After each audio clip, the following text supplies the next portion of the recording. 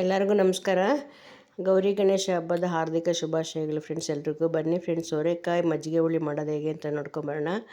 ಸೋರೆಕಾಯಿ ಮಜ್ಜಿಗೆ ಹುಳಿಗೆ ಏನೇನು ಬೇಕಂದರೆ ಹಸಿ ಕೊಬ್ಬರಿ, ಕಡಲೆಪಪ್ಪು, ಕಡಲೆಬೀಜ, ಗಸಗಸೆ, ಒಣಕೊಬ್ಬರಿ ಹಸಿ ಕೊಬ್ಬರಿನೇ, ಮತ್ತು ಜೀರಿಗೆ, ಮೆಣಸು, ಬೆಳ್ಳುಳ್ಳಿ ಎಲ್ಲ ಹಾಕಿ ಅಕ್ಕಿ ಸ್ವಲ್ಪ ಹಾಕ್ಕೋತೀವಿ.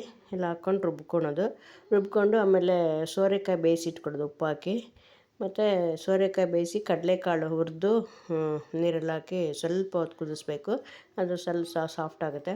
ಅದನ್ನು ಒಗ್ಗರಣೆ ಹಾಕ್ಕೊಳ್ಳೋಣ. ಇದು ಈರುಳ್ಳಿ ಒಗ್ಗರಣೆ, ಬೆಳ್ಳುಳ್ಳಿ ಈರುಳ್ಳಿ, ಸಾಸಿವೆ, ಕರಿಬೇವು ಒಗ್ಗರಣೆ ಹಾಕ್ಕೊಂಡು ರುಬ್ಬಿರೋದನ್ನು ಅದಕ್ಕೆ ಹಾಕ್ಕೊಳ್ಳೋಣ.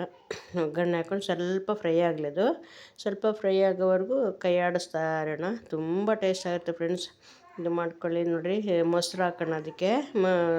ಮೊಸರು ರುಬ್ಬಿರೋದಕ್ಕೆ ಮೊಸರು ಫಸ್ಟ್ ಎಲ್ಲ ಮಿಕ್ಸಿಗೆ ಹಾಕ್ಕೋಬೇಕು. ಅದು ನೈಸಾದ್ಮೇಲೆ 1/4 ಲೀಟ್ರು, ಒಂದೂವರೆ ಹತ್ತರಲ್ಲಿ ಅರ್ಧ ಲೀಟ್ರದ್ದು ಒಂದೂವರೆ ಹಾಕಿರೋದು, ಅಂದರೆ 3/4 ಲೀಟ್ರ್ ಹಾಕಿದ್ದೀವಿ. 3/4 ಲೀಟ್ರು ಅದಕ್ಕೆ ಹಾಕ್ಬಿಟ್ಟು ಎಲ್ಲ ಹಾಕಿದ್ಮೇಲೆ ಲಾಸ್ಟಲ್ಲಿ ಕಡಲೆ ನೆನೆಸ್ಕೊಂಡಿರ್ತೀವಲ್ಲ, ಕಡಲೆ ಹುರಿದು ಸ್ವಲ್ಪ ಬಿಸಿ ಮಾಡಿಕೊಂಡು ಕಡಲೆಕಾಳು ಮತ್ತು ಸೋರೆಕಾಯಿನ ಉಪ್ಪು ಹಾಕಿ ಬೇಯಿಸ್ಕೊಂಡ್ರೆ ಸೋರೆಕಾಯಿನ ಹಾಕಿ ಚೆನ್ನಾಗಿ ತಿರುಗಿಸ್ಕೊಟ್ರೆ ಸೋರೆಕಾಯಿ ಮಜ್ಜಿಗೆ ಹುಳಿ ರೆಡಿ ಆಗುತ್ತೆ.